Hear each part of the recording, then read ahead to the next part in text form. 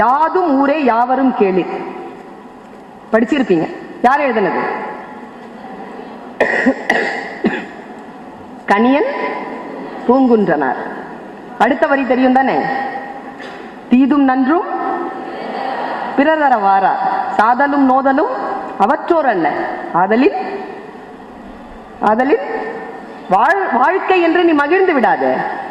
சாவுதான் அப்படின்றதுனால நீ ஒன்றும் கஷ்டப்பட்டுறாத. முன்னுக்கு பின்னு வாழ்க்கை இயல்பா போய்கிட்டே இருக்கும்னு சொல்லி போவோம். அந்த பாட்டு, அந்த பாட்டுல என் மனதை அறைந்த ஒரு வரி உண்டு. வாழ்க்கையில் நாம் இப்படி இருக்க வேண்டும் என்று நமக்கு சொல்லக்கூடிய சொற்கள் யாருடைய உதடுகளில் இருந்து வருகிறது என்று நமக்கு தெரியாது. அந்த கவிதை எனக்கு ஒரு சொல் சொன்னது. கடைசியா இப்படி முடிக்கிறான். ரொம்ப அழகான முடிப்பு அது. பெரியோரை வியத்தலும் இளமே, சிறியோரை இகழ்தல் அதனினும் இளமே. நீ இந்த ரெண்டு சொல்ல மட்டும் மனசுல வச்சுட்டு போ. பெரியோரை வியத்தலும் இளமே. இவர்கள் பெரியவர்கள் என்று யாரையும் பார்த்து நீ வியக்காத. நீ வியப்பதற்காக அவர்கள் பெரியவர்களாக இல்லை. பெரியவர்களாக இருப்பது என்பது அவர்களுடைய இயல்பு. யாரையும் பார்த்து நீ வியக்காத. இதுல ரொம்ப சூட்சுமா என்ன தெரியுமா? இந்த இலக்கியம் உனக்கு தருகின்ற பாடம் என்ன தெரியுமா? நீ யாரை பார்த்து வியப்பாயோ அவர்கள் தான் மேலே இருப்பார்களே தவிர நீ கீழே இருந்தவர்களை அண்ணாந்து பார்த்து கொண்டேதான் இருப்பாய். அதனால் யாரையும் பார்த்து வியக்காதே, அவர்களை புரிந்து கொள். பெரியோரை வியத்தலும் இளமே. ஒருவேளை நீ பெரியோரை வியந்து விட்டாலும் சிறியோரை இகழ்தல் அதனினும் இளமே. யாரையும் பார்த்து ஏளனமா, யாரையும் பார்த்து சின்னவங்க தானேன்னு எக்காலமா பேசிராத. இப்படி சொல்லி முடிக்கிறான் அந்த கவிதையை கணியன் பூங்குன்றனார். இந்த யாதும் ஊரே யாவரும் கேளீர் இருக்குல்ல, அந்த சொல்ல கொஞ்சம் உள்ள நீ போட்டு பார். இந்த உலகம் எல்லாம் இருக்குல்ல, இந்த உலகம் எல்லாம் ஊர் தான். இதுல உலகத்துல இருக்கிற எல்லா மக்களும் நம் உறவுதான். இப்படி சொன்னவன் தமிழன். இதுதான் எனக்கு மிக அற்புதமான ஒரு சிந்தனையாக எனக்கு படுகிறது. யோசித்து பார்த்தால் சங்க இலக்கியங்களை தொடர்ந்து ஒரு காலம் நமக்கு வருது. சங்க காலம் பேர் அதுக்கு. காலம் சங்க இலக்கியம்னு சொல்றது இல்ல, சங்க காலம். அடுத்ததாக நமக்கு வருகின்ற காலம் காப்பிய காலம்.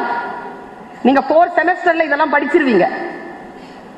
சங்க காலம் படிச்சிருவீங்க, காப்பிய காலம் படிச்சிருவீங்க, பக்தி காலம் படிச்சிருவீங்க, சிற்றிலக்கிய காலம் படிச்சிருவீங்க, அதுக்கப்புறமா நவீன காலம் தற்கால இலக்கியம் படிச்சிருவீங்க. மிக முக்கியமான ஒரு காலமாக காப்பிய காலம் நிக்குது. தமிழ் எவ்வளவு அழகு பாருங்க. 5 பேரிலக்கியங்களை நாம் காப்பியங்களாக வைக்கிறோம். அந்த 5 பேர் இலக்கியங்களுடைய பெயர்கள் பெண்களினுடைய ஆபரணங்கள். முதல்ல கால்ல இருந்து ஆரம்பிக்கிறான் பாருங்க. பாதாதி கேசம், கேசாதி பாதம் இல்ல, பாதாதி கேசம். கால்ல போடுற செலம்பு, அடுத்து இடுப்புல போடுற மணிமேகலை, அடுத்து வளையாபதி, கையில குண்டலகேசி, காதல சீவக சிந்தாமணி, தலையில 5 பேரிலக்கியங்கள். இதுல நான் வியந்து வியந்து பார்க்கிறேன். உரையிடையிட்ட பாட்டுடை செய்யுள் சிலம்பு. ரொம்ப வியக்கிறம் பிள்ளைகளா. இலக்கியம் அன்றைக்கு எப்படி இருந்திருக்கிறது நம் கையில. நாம் எவ்வளவு செழுமையான ஒரு சமூகத்தை சார்ந்தவர்களாக இருக்கிறோம். தமிழ் பேசுவதற்காக கூச்சப்படுகிறோமே இன்றைக்கு. ஆங்கிலம் தெரியவில்லை என்பதற்காக அவமானப்படுகிறோமே தவிர தமிழ் பேச வரவில்லை என்பதற்காக பெருமைப்படுகின்ற சூழல் இல்லையா இருக்கிறது? கொஞ்சம் நினைச்சு பார்த்தா சிலப்பதிகாரம் என்ன அற்புதமான ஒரு பேர் இலக்கியம் அது. நான் சவால் விடுறேன். 32 வரியில முடிகிற அந்த வழக்கு, 32 வரியில முடியுதுங்க அந்த வழக்குரை காதை. ஒரு பொண்ணு தன்னுடைய விஷயத்தை முன்னால வைக்கிறதுக்காக அவன் நிக்கிறதோ என்ன வார்த்தை சுருக்கம், எவ்வளவு பெரிய இன்ட்ரோடக்ஷன் அது. இப்படி சொல்ற அந்த இன்ட்ரோடக்ஷனை அவ எப்படி பேசுறாங்கிறத நீங்க இந்த கோனாறு நாடாறு செட்டியார் எல்லாம் வச்சு படிக்காதீங்க.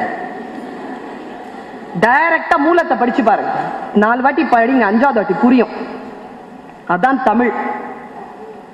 பக்கத்துல யாரோ ஒரு இரவலை வாங்கி கொண்டு அந்த உரைகளை படிக்காது, படித்து படித்து பாருங்க. நான் ரொம்ப வியந்து பாக்குறேன் அந்த பொண்ணை. ஒரு மன்னன் கிட்ட நின்னு இப்படி பேசினா பாருங்க. முதல் வார்த்தை என்ன சொன்னா சொல்லுங்க? செயலா போன மன்னனேன்னு ஆரம்பிக்கிறான். தேர்ச்சி பெறாத மன்னனே, இப்படி ஓபன் டிக்ளரேஷன் கொடுக்கணும் எப்படி இருக்கும்? அவன் கடைசியா இளங்கோவடிகள் வித்த காட்டி இருப்பான் ஒரு 4 வரியில. அவன் எப்படி கூடலான் கூட ஆயினான் அப்படின்னு முடியும். அந்த மெய்யில் பொடியும் கையில் தனிச்சிலம்பும் என்று ஆரம்பிக்கக்கூடிய அந்த பாட்டு முழுமையான விஷயத்தை அப்படி படம் போட்டு விஷுவலைசேஷன் நீங்க படிக்கணுமா? லிட்ரேச்சர் படிங்க. விஷுவல்னா என்ன, காட்சிப்படுத்துதல்னா என்ன, அதான் இலக்கியம் நமக்கு தந்திருக்கும் சொத்து. சிலப்பதிகாரத்தை பிறகு வருகிறேன், சீவக சிந்தாமணி, மணிமேகலை, இந்த இலக்கியங்கள் எல்லாம் கடந்து வருகின்ற பொழுது உனக்கு பக்தி இலக்கியத்துல வந்து நிக்குது. தேவாரம், திருவாசகங்கள், பெரிய புராணம், கம்பராமாயணம், இதெல்லாம் மிகப்பெரிய இலக்கியங்கள். அதெல்லாம் நான் கம்பராமாயணத்தெல்லாம் ரசிச்சு பேசுறவன். காலம் எனும் ஆழியிலும் காற்று மழை ஊழியிலும் சாகாது கம்பன் அவன் பாட்டு, அவன் தலைமுறைக்கு எழுதி வைத்த சீட்டு. கள்ளிருக்கும் கூந்தலினால் உள்ளிருப்பாள் என்று சொல்லி பள்ளமிடும் ராகவனின் நம்பு, அது பாடலல்ல உண்மை என்று நம்பு. சீதை நடையழகும் ஸ்ரீராமன் தோழழகும் போதை நிறைந்ததென்று சொல்லி என்னை போட்டான் மதுக்குடத்தில் அள்ளி. கண்ணதாசன் கம்பராமாயணத்தை பத்தி பேசுறார். பேரிலக்கியங்கள், ஜாதி மதங்களை கடந்து நிற்கக்கூடிய பேரிலக்கியங்கள். இந்த கம்பராமாயணத்தை தொலைச்சி கட்டணும்னு சொன்ன திராவிட இயக்கத்தில் இருந்து வந்த பாரதிதாசன், அவர் கம்பராமாயணம் காப்பாற்றப்பட வேண்டும் என்று நிற்கிறார். கொள்கையிலே அவருக்கு வேறுபாடுகள் உண்டு, ஆனால் இலக்கியத்தை விட்டு விடுவதற்கு அவர் தயாராக இல்லை. டிகேசியை எதிர்த்து எழுதுகிறார்.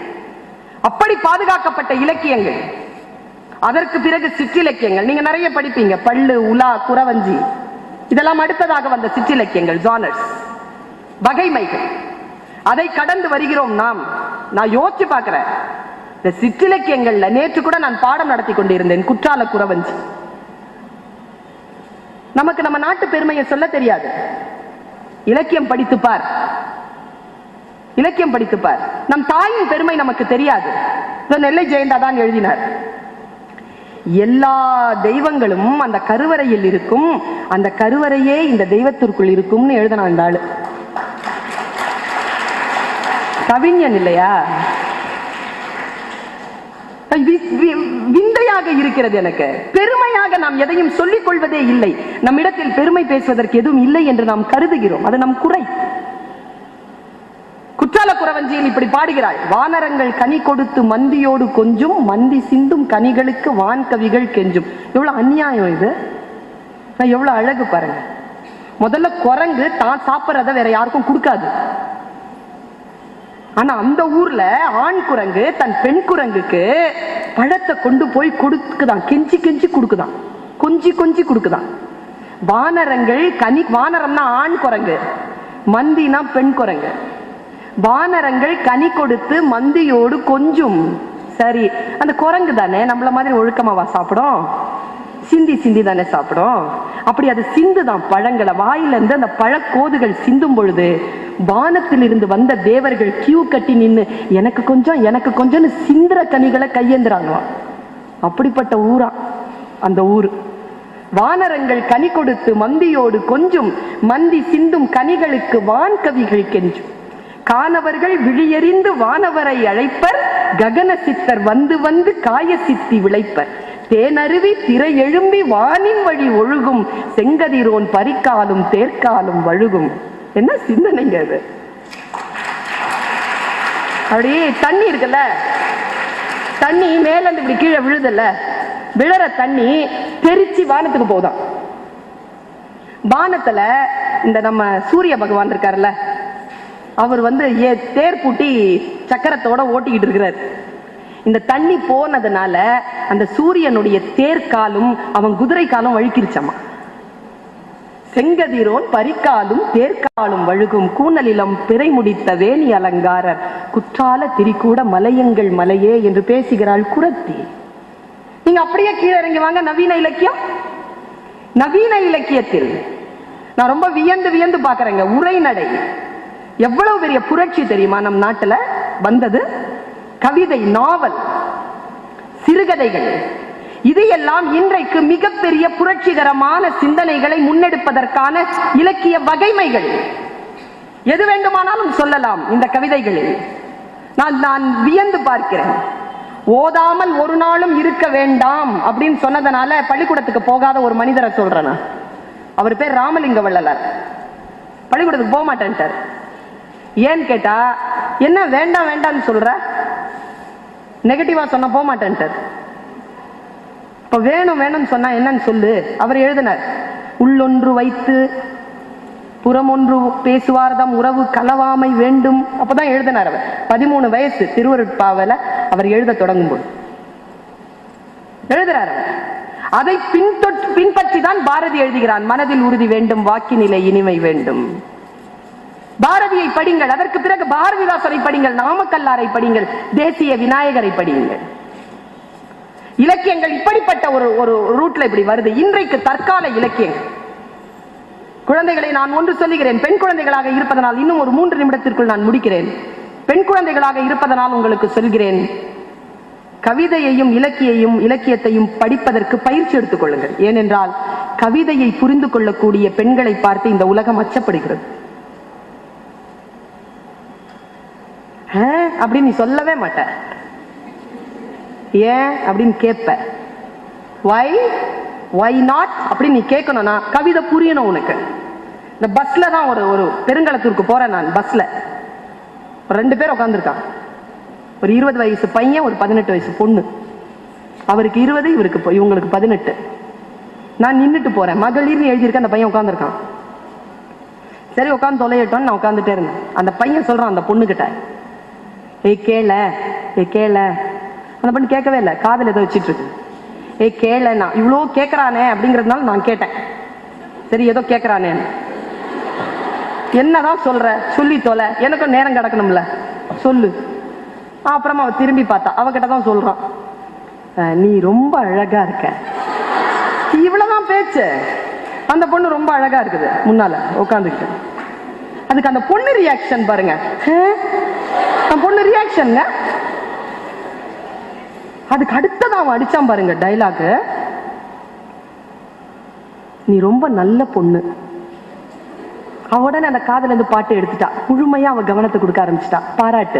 பாராட்டுக்கு சாயரா பாருங்க, நீ ரொம்ப நல்ல பொண்ணு.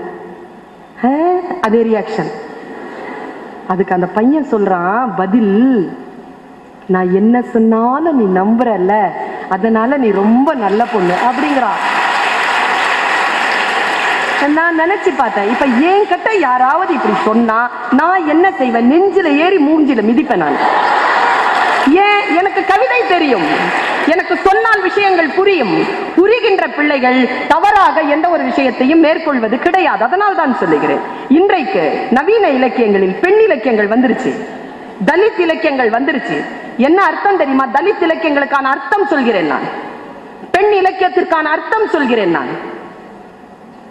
தாழ்த்தப்பட்ட, பிற்படுத்தப்பட்ட, மார்ஜினலைஸ், விளிம்பு நிலையில் இருக்கக்கூடிய மக்களினுடைய அவலங்களை எழுதக்கூடிய ஒரு சூழல் இருக்கின்ற பொழுது, நீ அவலங்களை மட்டும் எழுதிவிட முடியாது, என் அழகியலையும் எழுது என்று வந்து நின்றதுதான் தலித் இலக்கியம்.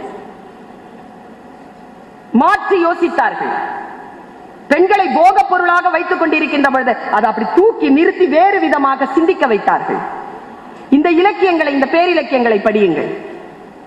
வாசிக்க நான் சொல்லுகிறேன் குழந்தைகளே, இந்த கல்லூரியிலேயே 2 இடத்தை, வகுப்பறைகளையும் லெபார்டரியும் தவிர்த்து இன்னும் 2 இடங்களை சொல்கிறேன். இந்த 2 இடங்களை நீ பயன்படுத்து, முழுமையா பயன்படுத்து. ஒன்று விளையாட்டு திடல், மற்றொன்று நூலகம். இந்த 2த்தையும் நீ பயன்படுத்திப்பார். உடலையும் உள்ளத்தையும் ஆரோக்கியமாக வைத்திருக்கக்கூடிய இலக்கியங்கள் எத்தனை இருக்கு தெரியுமா? எத்தனை விஷயங்கள் இருக்கு தெரியுமா? அழகியலோடு இருக்கிறது, போராட்டங்களோடு இருக்கிறது. நம்முடைய வாழ்க்கையை நமக்கு அறிமுகம் செய்யக்கூடிய அத்தனை விஷயங்களும் பொங்கி பொங்கி கிடக்கக்கூடிய இடம். ரொம்ப அழகியலா ஒரு கவிதை சொல்கிறேன். ரொம்ப அழகா ஒரு இளைஞனுடைய ரொம்ப அழகா ஒரு விஷயத்தை அப்படி சொல்லிட்டு போறான் ஒருத்தன். ரொம்ப பியூட்டிஃபுல்லா சொல்லிட்டு போறான். எனக்கு ரொம்ப பிடிச்சது அந்த கவிதை. எப்படி அப்படி எழுதுன? அவன் வயசு வலி அவன் எழுதனான். என் வகுப்புல தான் எழுதனான், 9வது வகுப்பு, 9th ஸ்டாண்டர்ட். இப்படி எழுத முடியுமா? அவன் தற்கொலை செய்து கொண்டு இறந்து விட்டான் அந்த குழந்தை. ஒரு வருஷத்திலே செத்துட்டான். அவன் 9வது வகுப்புல எழுதுற கவிதையை நான் சொல்றேன். என் வகுப்புல தான் இருந்தான், அடங்கவே மாட்டான். அடங்கவே மாட்டான், ஏதாவது எழுதிட்டே இருப்பான். கொண்டு வந்து காட்டினான் பாருங்க, எனக்கு பேரிலக்கியமாக படுகிறது அது. அவன் வாழ்க்கை அவன் சொன்னான். 4 வித பண்புகளும் இருக்கும். 14 வயசுங்க. 4 வித பண்புகளும் இருக்கும், அவள் நாவரசைய 4 முறை பிறக்கும். 14 வயசு எழுதுது. 4 வித பண்புகளும் இருக்கும், அவள் நாவசைய 4 முறை பிறக்கும். விழி சந்திரனோ சூரியனோ என்று தினம் மையமெழ கண்களிலே ஜாடை பல தெரிக்கும், உடல் சிலிர்க்கும். அன்றொரு நாள் பெண்ணவளை பார்த்தேன், அந்த பெண்ணழகை கண்டு மனம் வேர்த்தேன். அட பீடி வாங்க காசு இல்லை, பென்சு வண்டி யோசனையா என்று மனம் சொல்லிவிட மறந்தேன், உடனே இறந்தேன்னு எழுதியிருந்தாங்க. என்னங்க செய்யறது? நான் வெளியில கூப்பிட்டு கேட்டேன், என்னடா கவிதை இது, யாரா இது, என்ன கவிதை இதுன்னு. பேரு சுஜாதா மிஸ் +2 சொன்னாங்க. எத்தனை விஷயங்கள் இருக்கு தெரியுமா?